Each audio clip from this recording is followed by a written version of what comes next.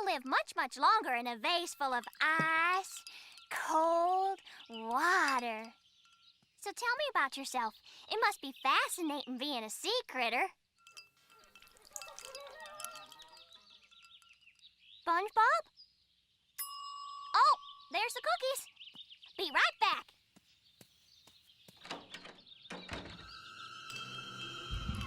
I don't need it. I don't need it. I definitely don't need it. I don't need it. I don't need it. I don't need it. I don't need it. I need it! Hey yo, how's it going everyone? Entropy here today with another video. This week's big news is quite big. There are a lot of reveals this week from the very next hour that last week's video was released until today. There is a lot to cover.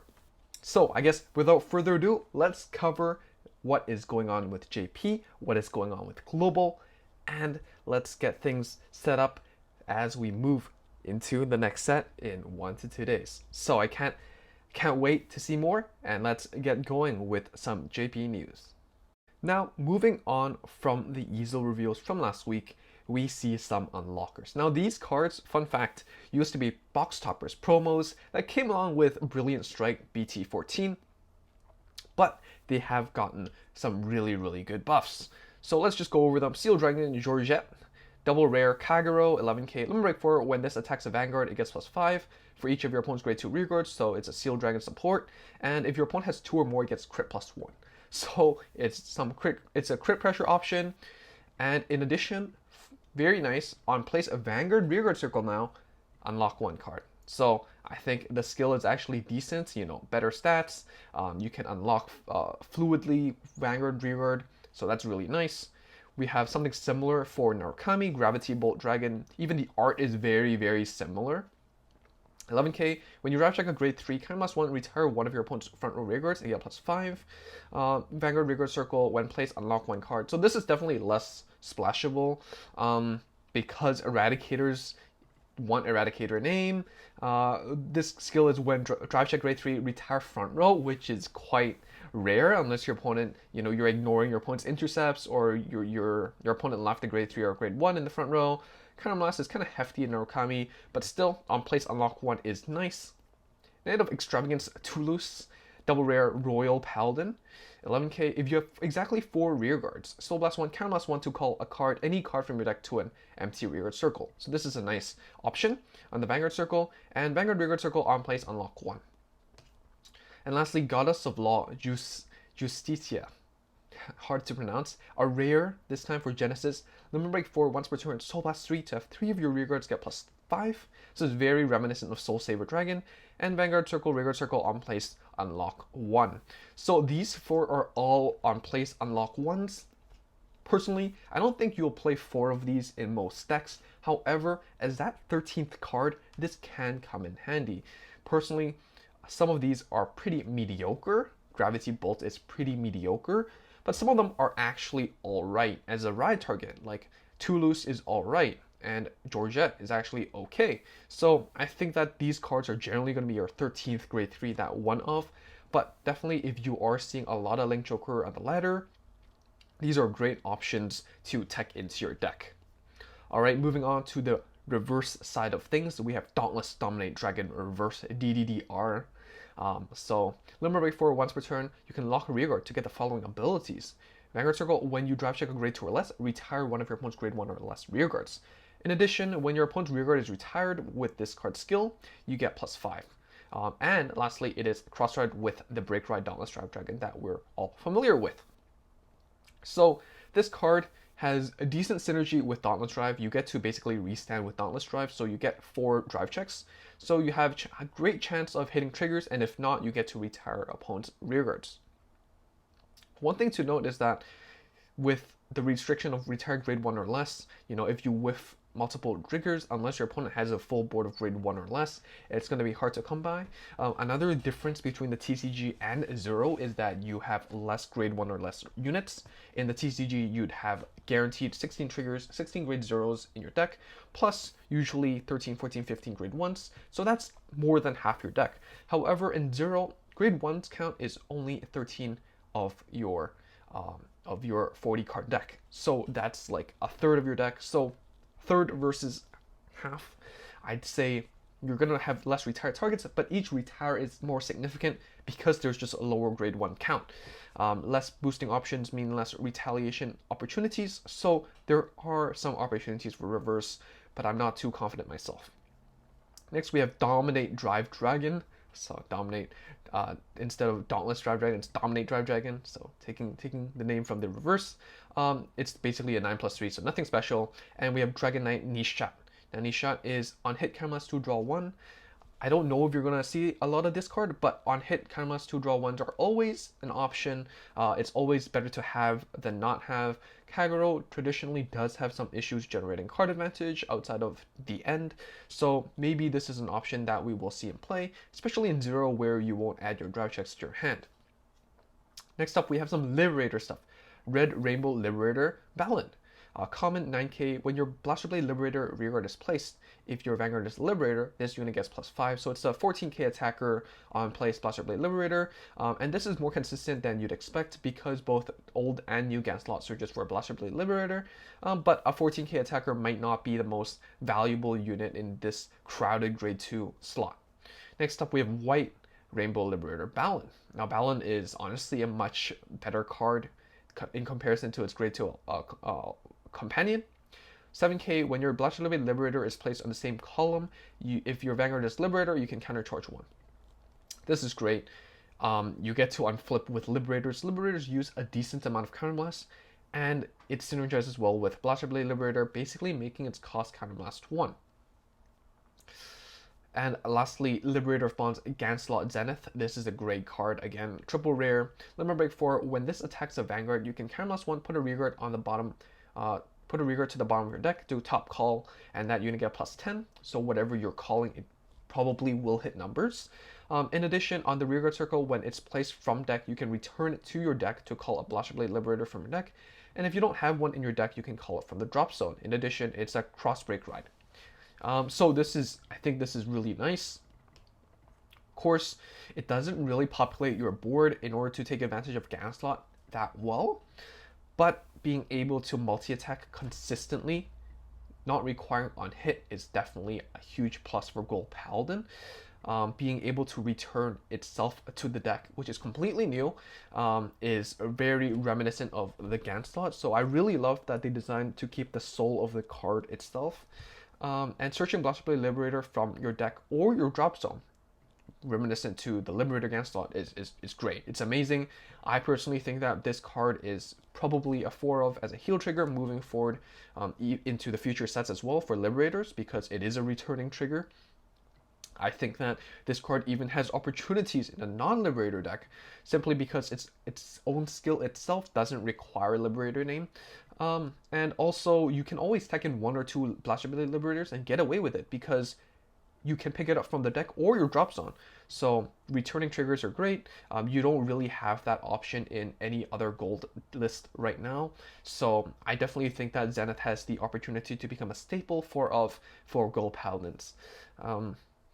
And yeah, like what we said previously, we've seen GAN slot and we've seen the CBD reward. I've said this on stream, but another thing for you all who might not follow the streams is that whenever we see a playmat, generally speaking, these cards have or are seen as rank rewards. So previously we have one for Blaster Blade Liberator and Blaster Dark Revenger, and both ended up being rank rewards. We've seen for Infinite Zero Dragon, I believe, and that card did become a rank reward as well, and so on and so forth. So a lot of people might be expecting Easel to be a rank reward because traditional, the Easel line, like Blonde Easel, Platinum Easel, they're both rank rewards. But this time around, based on the pattern, of course they could always break patterns, but Zenith could be a interesting choice. So yeah, let's move on to the Nova Grappler support, Immortal Ashura Kaiser. This card is the support for Ashura Kaiser, obviously. Limit break 4 once per turn. When your drive check reveals a grade 3 or more Samurai. So Samurai is kind of the new archetype or name for Ashura Kaiser. This unit gets the following ability.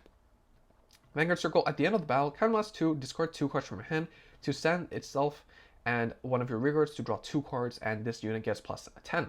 In addition, cross-ride with the base Ashura Kaiser, so it still has the core of you have to drive check a grade 3, so it's a tad bit high rolly, but it does something similar to the blouse, where you restand big and you get big numbers. Daredevil Samurai, so this is the Samurai, grade 2 9k. When your unit stands during your battle phase, if your Vanguard is an Ashura, this gets plus 3. So this is similar to your ethics support, where on stand you get extra power, but this unit gets power. I think Blau is something similar as well. And Bear Down Samurai, rare 7k. When your unit stands, it does the same thing. It gets plus 3. So you restand with Ashura Kaiser. These get pumped up numbers, and then you go big or go home. So that's nice. Moving on, we have some Eradicator reveals. Starting off with Eradicator Tempest Bolt Dragon, triple rare, limit break 4, counterblast 3 to retire all the rearguards, including yours. Another thing is, for during your turn, it gets plus 2 for each open rearguard circle, including yours. And rearguard circle, when this is retired by your own card, by our card effects, draw 1 card. So you can call this out when this is on the Vanguard circle and just kill it and plus off that, filtering out your grade 3 Tempest Bolts. And you have other cards that do the similar thing. But this card is honestly not that big. Counterblast 3 is a hefty cost. Getting power compared to the TCG isn't that significant. Crit pressure is much more prevalent than power pressure. So yeah. Eradicator Twin Thunder Dragon, grade 3 double rare, 11k. Counterblast 2, discard 3 Eradicator cards from your hand to retire all rearguards.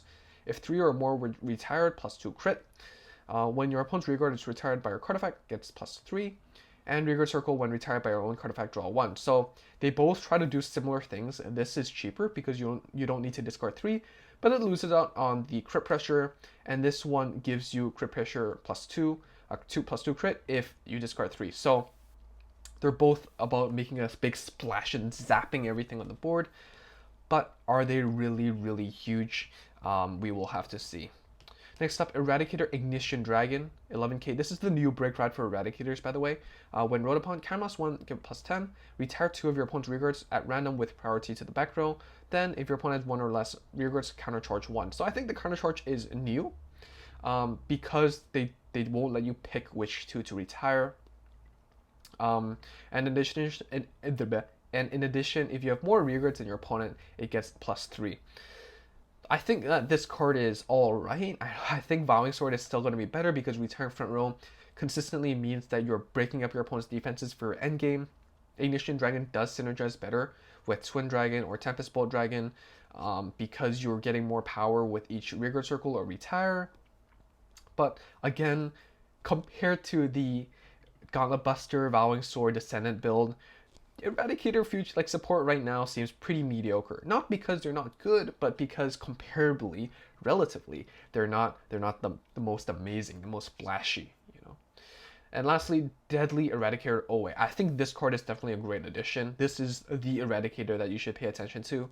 Grade 1, 7k double rare. Rearguard circle, when your grade 3 is placed, you can put this into your soul and retire one of your opponent's front row rearguards. So you set this up, you ride your grade 3, you know, if you're break riding with Vowing, you're sniping 2 front rows and you just go face. It's great. Restricting you to retiring front row might seem mediocre because it's still front row only, but remember, you have to, the only option to guard is grade 2 front rows or PGs, right? So you're effectively eliminating one of their opponent's grade 2s for a grade 1. You can choose to not use it and keep it as a 7k booster as well. 7k is nice, you know. Even 6k, I think it could be playable. So I think this card is great. Definitely pay attention to it. And let me know how it goes if you are a player, a JP player. Next up, we have some budget royal support. Sanctuary of Light Planetal Dragon. Grade 3 double rare, 10k. Limit break 4, at the start of your battle phase, all your Sanctuary of Light archetype cards get plus 3. When placed, call a Sanctuary of Light from your deck, and if Sanctuary of Light Determinator, so the grade 2 is in your soul plus 1k. So this is a ride chain. The call Sanctuary of Light name, not restricting you to which one, is really nice. And the 3k helps you hit numbers, especially when it could be a 10k base. It's still 13k as long as you hit Limber Break, even if you miss the ride chain. Sanctuary of Light Brightness Dragon, I believe this was a promo. Rare, Limber Break 4, counts 1 to have 3 of your rear guards get +5. So this is, again, Soul Saver-esque. And when placed, unlock one of your cards. So this is the unlocker for Royals. And then we have Sanctuary of Light Determinator. Rare 9k. If Sanctuary of Light Little Storm is in your soul, get +1. When placed, if Sanctuary of Little Storm is in your soul, call a Sanctuary of Light. So it doesn't restrict grade 2 or grade 1 or grade 3 or whatever. So you can, in practice, call out, Sanctuary of Light Brightness Dragon if you need the unlock, or even call out, grade 3s. I mean, in general, if you want to hit numbers. Most of the time, you're going to call out Little Storm, and I'll explain why later on. Sanctuary of Light Little Storm is basically your generic ride chain. If you have the grade 0 in your soul, +1. If you ride when rode upon by a grade 2 other than the grade 2, you check top 7 to fix it. So it's like Coral. The reason why I'd say prioritize Superior Calling Little Storm or Determinator maybe is because your Planetal Dragon makes it into a 10k booster or 12k beater. So with both, you're hitting 22k numbers on Limber Break 4. So it hits numbers, it's nice, it's Royal-esque, so that's great. Next up, we have some changes. So first of all, Revenger Raging Form Dragon is not getting any buffs or nerfs. It's just to specify that the copy of Raging Form Dragon that you get from the skill is from outside of game. So yeah. And a buff, though, however, is with Dauntless Dragon. So if you are in global, this is nice. Instead of discarding 3, you're discarding 2 now. So the cost is cheaper, which means that Dauntless Reverse, could be a little bit more valuable. But overall, I think this is just a buff to the Nouveau Vague, Dauntless, the End kind of build right now. So I think this is great. It definitely does give Kaiser a little bump and is really... Alright, next up we have some Jewel Knight support. Adding on to the royal stuff, we have Security Jewel Knight Elaine. So this card skill is removing an Ashley from a drop zone to have one of your Ashley get +5. I believe in the TCG this card used to return them to the bottom of your deck, but now it's out of game, so it's probably less valuable, and that's why it's a rare. Next up we have Broken Heart Jewel Knight Ashley Reverse. I think a lot of people were looking forward to this card. Limber Break 4, count +1, unlock 2 Jewel Knights to retire one of your opponent's front row rear guards and call a Jewel Knight from your deck. Crush Ride +2. So I guess it's nice.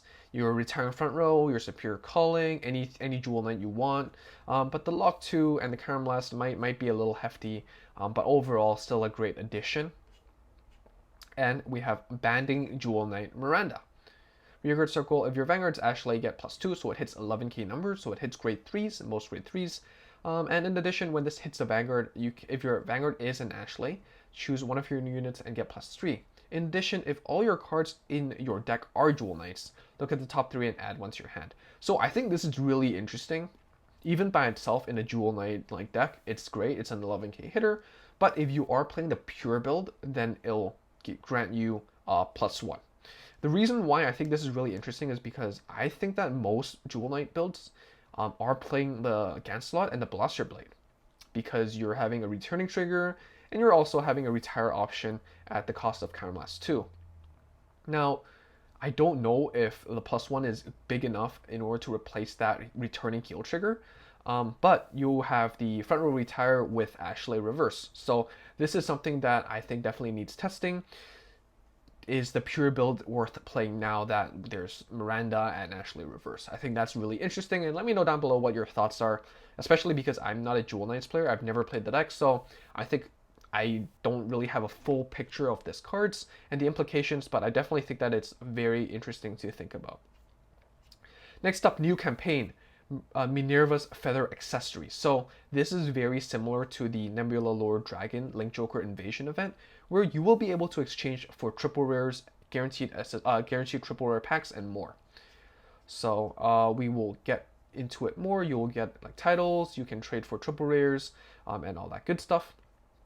The rank reward will be a Dauntless Drive Dragon, the art from the V series, and also for the sleeves we will be getting the 2 reverse units, Dauntless and Ashley. Skins, we will be getting Miwa reverse skins, Takuto, and Korin reverse, so that's really cool. And for the tournament, we're getting Coral, Burger Queen, and Maelstrom. In addition, we will be getting skins, skins for them, which is new. Fucking bugged out there. So yeah. So if you're interested in the Minerva stuff, here we go. So every day you will have a daily mission. If you team play 1 friend fight with a set 15 clan, you get 10. Team plays 5 friend fights with set 15 clan, you get 5. 10 friend fights, you get 10. 20 friend fights, you get 20. And with 50, you can trade for one of the old Genesis triple rares, which means pre set 15. And with 5, you can switch for 2/10 of a pack, 1/5 of a pack, 2 of those little tickets. In addition, with your login bonus on day 1, you will get Minerva sleeves. You will get some feathers every day as well on day 2, day 3, day 5, and day 6. So you'll get a good amount. You'll get a title as well as a guaranteed triple rare pack for set 15. So that's definitely really exciting. And yeah, do note that this set 15 guaranteed pack expires on the 18th. So don't. So yeah, March 18th. Don't leave it and forget about it, because you might as well use it earlier on and see how you do. So I guess that's it for JP News. Let's jump quickly to Global to wrap things up for today. Alright, for Global News, we have confirmation that everyone be alert, prepare for the invasion. So there is an event for the invasion from the 1st to the 8th. If you want to know what is up with those black rings, again, remember to check out that free triple rare, free Link Joker triple rare video. Remember to check your set overview videos every single month. I will prepare you for what is to come.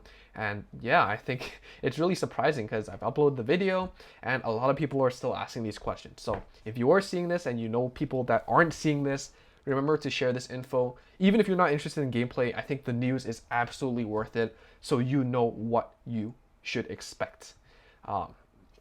Anyways, with the gacha update, we will see the binding force of the black rings. Again, this is starting on the 1st, as we discussed in the set 12 overview. Again, we are going to see Blaster Dork Revenger. We will see these sleeves, again, discussed in the set 12 overview. We have the calendar right now. One difference is that we are seeing Halloween Memories in February, because why not, in the beginning of the month, and then we're seeing the Goki event in the second half of the month, in addition to the Miko Hololive event on the second half of the month as well. This is confirmed.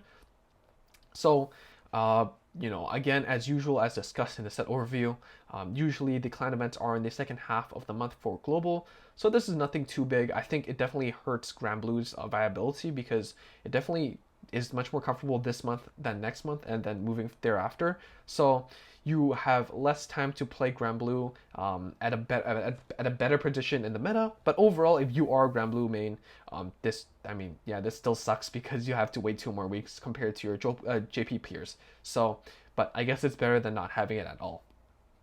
And yeah, black rings are coming. Prepare yourself, and that's basically it.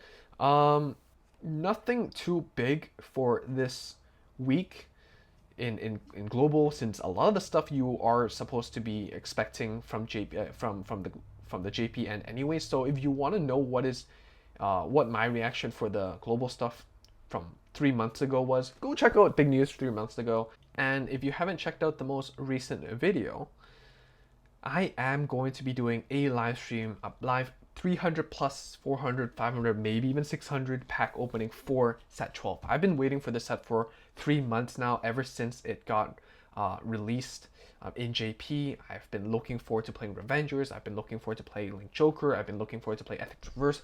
Everything seems so cool. So if you are interested in being there in the moment and watching Entropy either succeed or fail, just express myself about the pains of the gacha, be sure to be there February 1st, 10 a.m. EST. That's Monday morning for me, and maybe Monday evening for you and for the viewers in Asia. So I can't wait. I'm definitely really excited to see what is to come. I really want to play these decks as soon as possible. And yeah, can't wait for the invasion. So embrace the Link Joker Overlords. They are coming soon. And for those of you who will be there, I can't wait to see you. For those of you who might not be able to make it, I hope you do check out the reruns. I'm sure it'll be very, very exciting. Haven't done a 300 plus pack opening since set 8, set 7, set 8, something like that. And it's been a long, long time. So free-to-play players, unite and let's get those W's. All right. Thank you for watching. If you enjoyed this video, like it. If you haven't subscribed yet, subscribe. Click the bell if you're interested in seeing more videos like this pop off on your notifications. And I can't wait to see you all soon. Bye.